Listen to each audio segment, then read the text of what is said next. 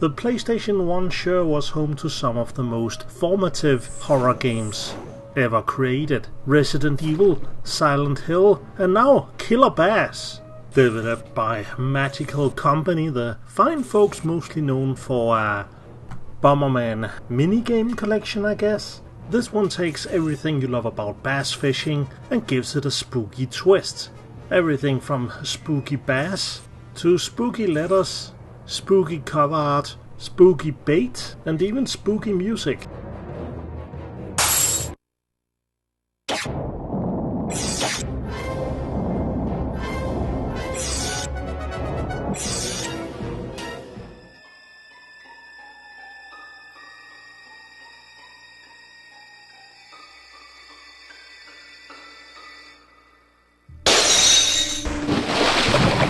The involved and engaging story of Killer Bass is that someone apparently has done science to bass, they break out of containment, and now there's a bass fishing tournament where you get to play as this blonde guy in a cool red jacket. It's still a sports fishing game, where the rules are pretty simple. 100 fishermen drop into a lake and have to compete certain goals for each round. That can range from catching a set number of fish, a certain weight amount of fish, or a single fish over a certain weight. Gameplay itself is pretty simple stuff, which plays exactly as you might expect. You cast the line out, slowly reel it in and wiggle it about, hoping for something to bite.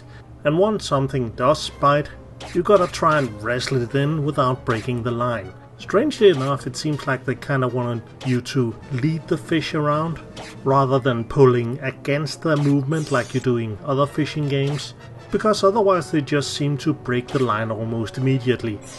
Oh hey, maybe that's just what's supposed to make them killer, I don't know. I will tell you what's killer though, the frame rate. As soon as you got something on the hook, it just dips as the fish kinda thrash around. And they move around so fast and aggressively that the camera can't really keep up. Seems kinda strange because it doesn't look particularly great or advanced or anything, so it's probably mostly just bad coding, to be honest. You can freely choose which bait you wanna use.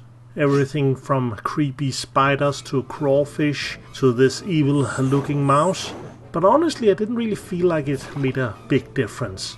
I mean, it's bass you're fishing. Although there do seem to be some kind of big monster fish on each stage, which I never really could get to bite. So I suppose maybe that's what the bait is for. Using the right bait to catch that one elusive fish on each stage. That makes sense to me at least. But the Google translation I did of the manual makes it sound like it's just sort of use whatever bait you want to use, really. The manual also makes mention of Jack, some kind of super killer bass that escaped from military confinement over 50 years ago.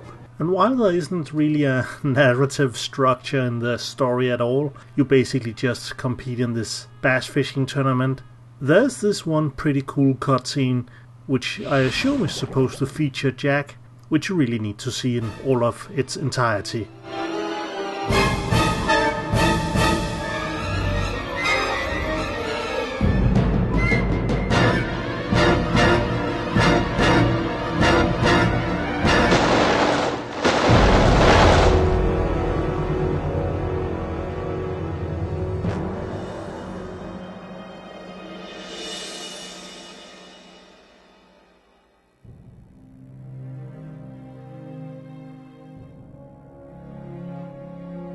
This game has also been localized for Western audiences as Monster Bass, but I'm pretty sure all the cutscenes have been removed from that game. This one with the baby at least seems a little bit too hardcore for a Western PlayStation 1 release. But yeah, when all is said and done, there really isn't much horror about this game in any way, shape or form. Even though they tried, you know, the spooky letters, spooky bait, spooky red eyes on the fish. Even the stages are a little bit spooky, but not spooky enough. Like this Pirate Cove looking stage. They got a bunch of treasure chests on the bottom of the lake, but they couldn't even bother to put in a skeleton. Missed opportunity if you ask me. So yeah, definitely not on the level of Resident Evil or Silent Hill. If you're looking for way better fishing game, which I stumbled upon while compiling this review, might I suggest checking out Konami's Big Ol' Bass 2. This is also bass fishing, but in this one you also get the opportunity of fishing for prehistoric creatures, like a giant T-Rex. Also it runs way better, way closer to 60 frames per second than killer bass can even dream of being. 5.9 tons. Big. Anyway, that's all the bass fishing I can handle for today. I want to thank you for watching and thank you for subscribing, and a big thank you to all my Patreons who are supporting my videos by donating just a single $1 a month, which you can too if you follow the link below the video. Have a great day and see you next week.